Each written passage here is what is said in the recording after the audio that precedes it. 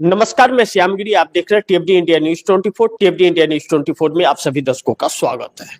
मोदी से लड़ाई सड़क पर, अरावली ले डूबेगा मोदी को, बड़े आंदोलन के मुहाने पर देश। किसी ने सोचा नहीं था कि मोदी सरकार आएगी तो इस हालात में देश को पहुंचाएगी। जनता के अंदर एक उम्मीद 2014 में था सत्ता परिवर्तन का, जो यूपीए गवर्नमेंट मनमोहन सिंह की सरकार को पलट दिया और मोदी की सरकार लेकर के आई। कहा जाता था कि बहुत बोलते थे मोदी जी कि 15 लाख खाते में दे देंगे, देश विकास की राह पर दौड़ पड़ेगा, अच्छे दिन आ जाएंगे, किसानों की आय दुगुनी हो जाएगी, 2 करोड़ लोगों को रोजगार मिल जाएगा और 15-15 लाख रुपए खाते में मिल जाएंगे, ऐश मौज करेंगे। क्या यह पॉसिबल नहीं था?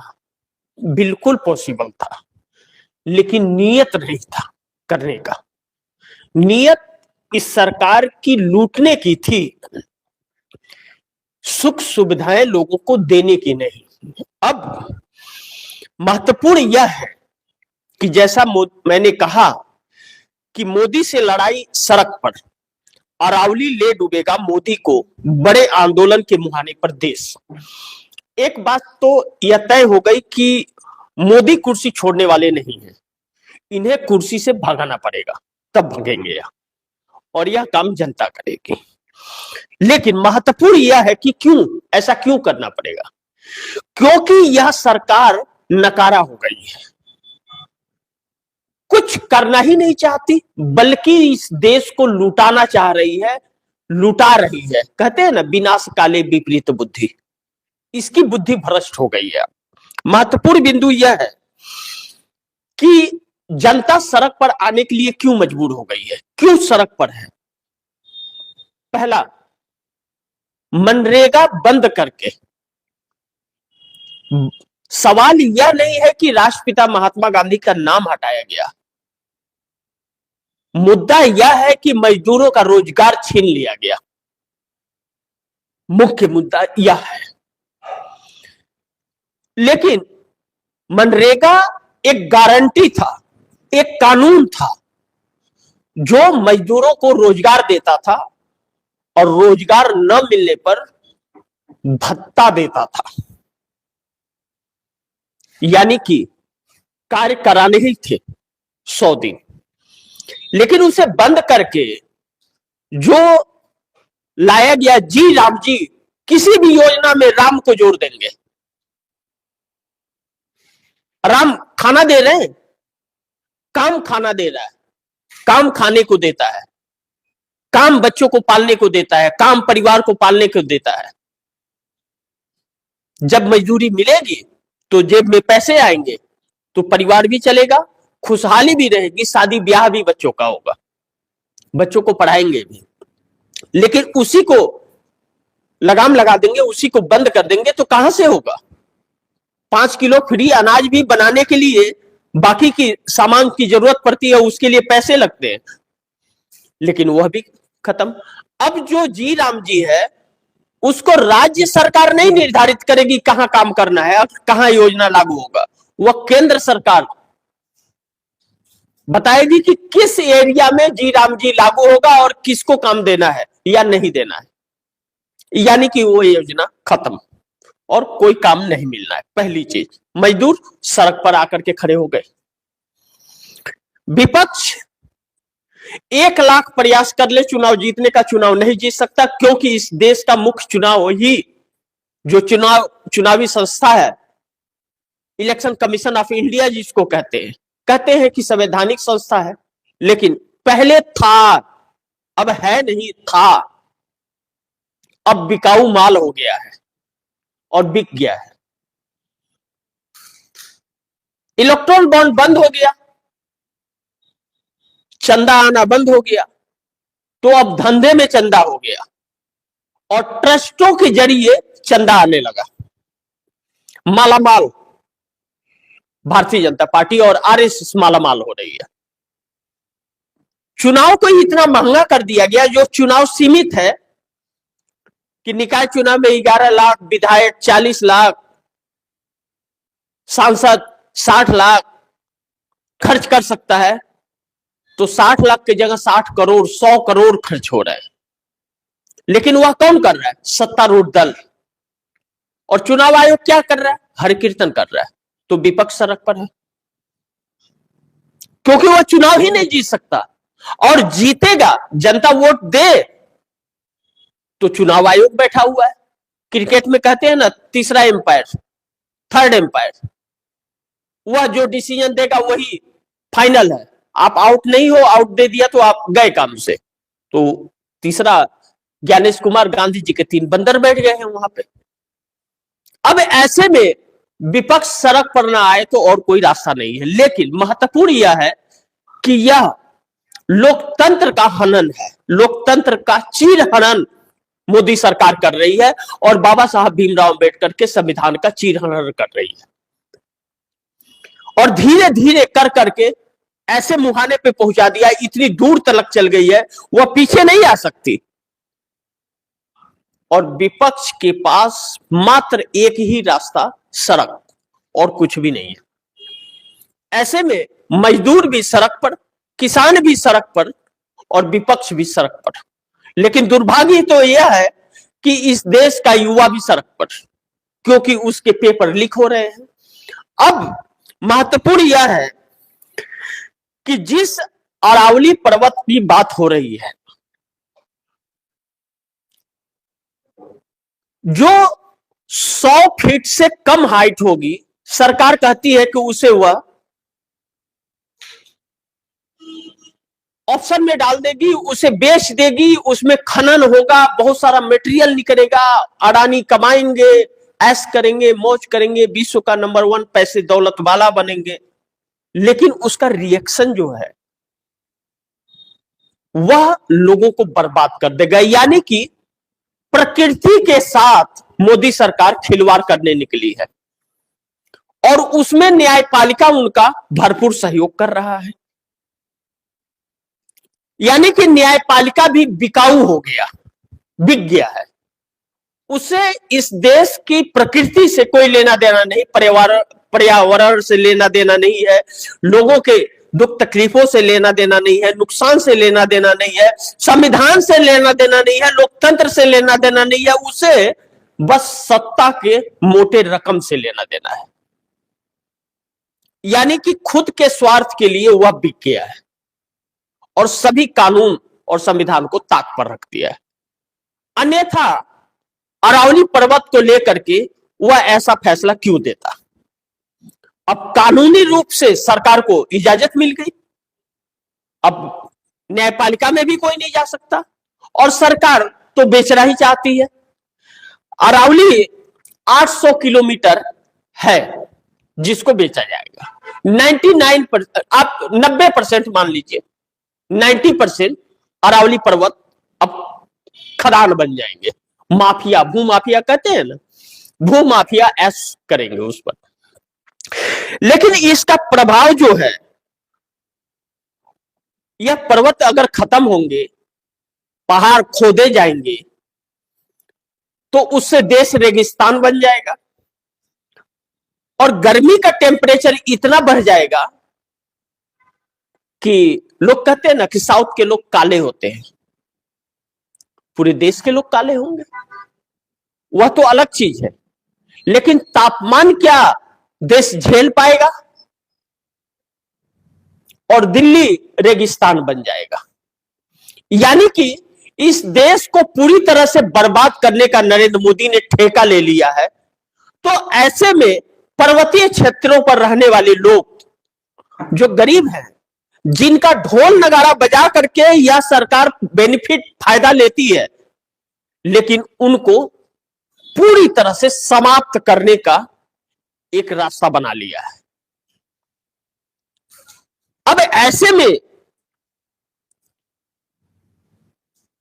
जब चाहे वह 7 सिस्टर हो, जिसे 7 सिस्टर में आसाम आता है, नागालैंड, मिजोरम, मणिपुर, कोहिमा, अरुणाचल प्रदेश, सेवन सिस्टर में यह जाना जाता है।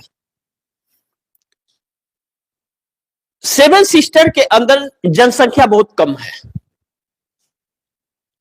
और विधानसभा या लोकसभा जो है बहुत कम वोटों के अंतराल से वह है, क्योंकि पहाड़ी एरिया है, अलग अलग जगह छोटे छोटे गांव हैं, तो वहां से सांसद या विधायक चुन करके आएंगे तो बहुत लंबा एरिया, लोग नहीं है वहां, बहुत ज्यादा लोग नहीं है।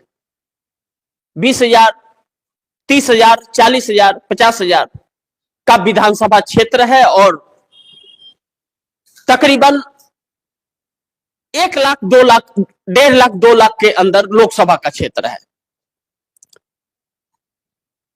तो ऐसे में वहां पर सरकार को कुछ ना करे तो बाबा साहब भीमराव अंबेडकर ने शेड्यूल 6 बनाया कि वहां संविधान और कानून काम नहीं करेगा, वहां के लोग निर्धारित करेंगे कि किसी कंपनी को स्थान देना है या नहीं देना है, और देना है तो किस तरीके से देना है और क्या शर्तें होंगे।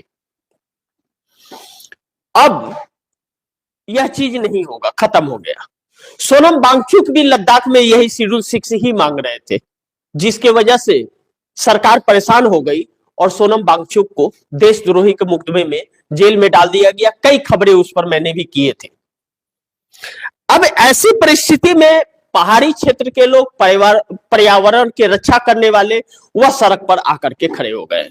यानी कि आप सोच लीजिए कि एक तरफ पहाड़ी क्षेत्रों के पर्यावरण का मुहिम चलाने वाले बेरोजगार राजनीतिक दल और युवा, यानी कि और किसान, यानी कि हर वर्ग सड़क पर आकर के खड़ा है। लेकिन क्या सरकार सुन रही है? न्यायपालिका संज्ञान ले रही है?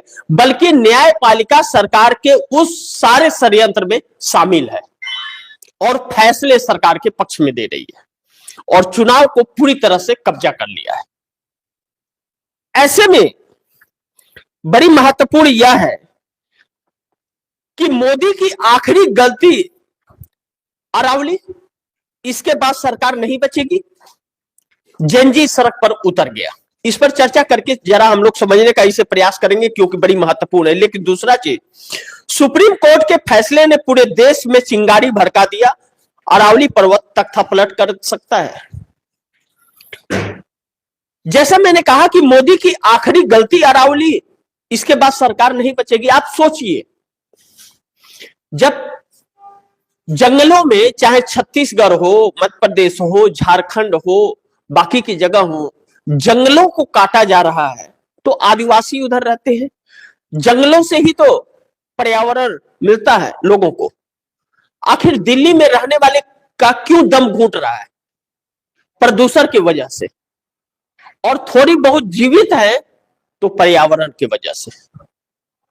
लेकिन यह सरकार खुद तो ऐसो आराम में रहती है, खुद को फर्क नहीं पड़ता अंदर, और बाहर निकलना नहीं है।